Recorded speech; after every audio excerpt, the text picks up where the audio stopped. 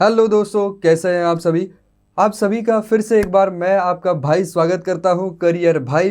तो दोस्तों, आज हम बात करने वाले हैं कि अकाउंटेंट के जॉब की रिस्पॉन्सिबिलिटीज़ क्या होती है, उसका जॉब डिस्क्रिप्शन क्या होता है।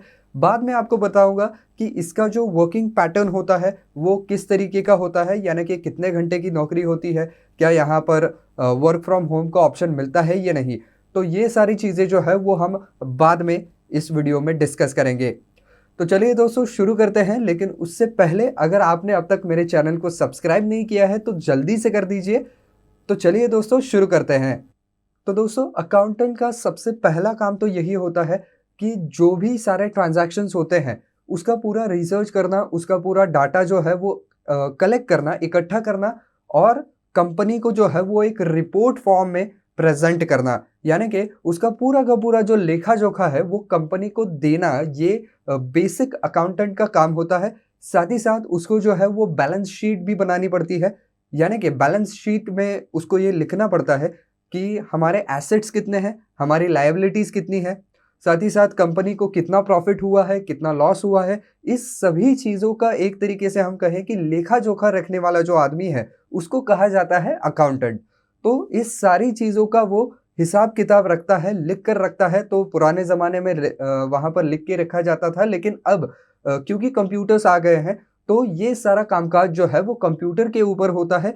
कंप्यूटर के ऊपर जो है वो ये सारा डेटा फीड करना होता है। इसके अलावा दोस्तों, कंपनी का जो पूरे ईयर का परफॉर्मेंस रहा है, यानी कि कंपनी ने पूरे साल में किस तरीके से प्रदर्शन किया है, क्या कंपनी को कुछ घाटा हुआ है या कंपनी का कुछ फ़ायदा हुआ है, ये सब कुछ जो है वो एक रिपोर्ट फॉर्म में वो लेके आता है और उसके ऊपर कुछ अपनी टिप्पणी भी करता है कि अब ये करना चाहिए या वो करना चाहिए, या हमारे घाटे जो है वो थोड़े से बढ़ गए हैं तो उसको कम करने के लिए ये चीज़ें करनी चाहिए, या हमारे पास जो है वो कैपिटल कम रह गया है तो उसको हमें बढ़ाना चाहिए। तो इस तरीके के जो है वो छोटे-मोटे वहाँ पर सजेशंस भी देता है। तो हम ये कह सकते हैं कि वो अपने रिमार्क्स भी उसके अंदर लिखता रहता है। इसके अलावा दोस्तों, एक अकाउंटेंट का काम ये भी होता है कि उसको जो है वो सारे डॉक्यूमेंट्स को वेरीफाई भी करना होता है। यानी कि जो भी कोई डॉक्यूमेंट्स क्या वो सही हैं। अगर किसी को पेमेंट देना है, उसने अपने डॉक्यूमेंट्स वहाँ पर सबमिट किए हैं, उनको दिए हैं, तो वो सारे डॉक्यूमेंट्स या कागज़ात जो है वो सही है या नहीं? क्या उसके अंदर कुछ खामी है?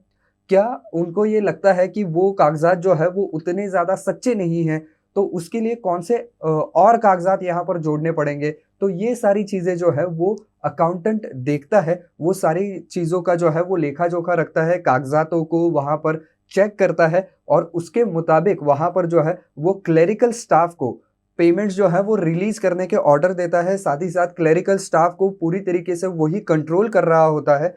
क्लेरिकल स्टाफ को जो है वो वहाँ पर ऑर्डर देना, उनके साथ जो है वो तालमेल बिठा के रखना, ये भी एक अकाउंटेंट का काम होता है। इसके अलावा दोस्तों, अकाउंटेंट का काम ये होता है कि जो भी सारी चीज़ें हुई हैं, जो भी ट्रांज़ैक्शंस हुए हैं, जो भी पैसे का लेन-देन हुआ है, उसका जो भी कुछ वो लेखा-जोखा रख रहा है, तो उसका एक बैकअप भी रखना पड़ता है। तो बैकअप मतलब क्या है कि जो भी कोई रिकॉर्ड्स है, उनको किसी और एक जगह पर जो है वो सँभाल करके वो रखता है, ताकि अगर ज़रूरत पड़े और दुर्भाग्यवश जो रिकॉर्ड रखे गए हैं वो डिस्ट्रॉय हो जाए, बर्बाद हो जाए, या मिल नहीं रहे हैं, तो ऐसे सिचुएशन में वहाँ पर जाकर के जो है वो डेटाबेस से वो सारे ट्रांज़ैक्शंस के रिकॉर्ड निकाले जा सकते हैं। तो उसका जो एक लेखा-जोखा रखना है, उसको जो सँभाल करके रखना है, ये भी अकाउंटेंट का काम होता है। और साथ ही साथ जो भी कोई ट्रांज़ैक्शन हो रहे हैं, जो भी कोई पैसे का लेन-देन हो रहा है, वो पूरी तरीके से गोपनीय रखना भी अकाउंटेंट का काम होता है। यानी कि उसको पूरी तरीके से कॉन्फिडेंशियल रखना, कि वो इन्फॉर्मेशन जो है वो बहुत ज़्यादा सेंसिटिव होती है, तो वो किसी के हाथ न लग जाए। इसकी वजह से उसको बहुत ही एक सुरक्षित माहौल में स्टोर करके रखना, ये भी एक अकाउंटेंट का काम होता है। साथ ही साथ जो भी कोई फाइनेंशियल नए लॉज़ आते हैं, यानी कि नए कायदे कानून आते हैं कंपनियों के लिए, बड़ी-बड़ी कंपनियों के लिए और बड़े-बड़े जो बैंक्स होते हैं उनके लिए, जो नए-नए रूल्स आते हैं, उनको स्टडी करना, उसके हिसाब से रिपोर्ट बनाना, और जो नए रूल्स और कायदे कानून आए हैं उनको ऊपर तक पहुंचाना और उसके हिसाब से सारा रिकॉर्ड्स तैयार करके रखना, ये भी एक अकाउंटेंट का काम होता है। वो रूल्स एंड रेगुलेशंस भी अकाउंटेंट को ही वहां पर पढ़ने पड़ते हैं, उनको समझना पड़ता है और उसके अकॉर्डिंग वहां पर जो है वो काम करना पड़ता है।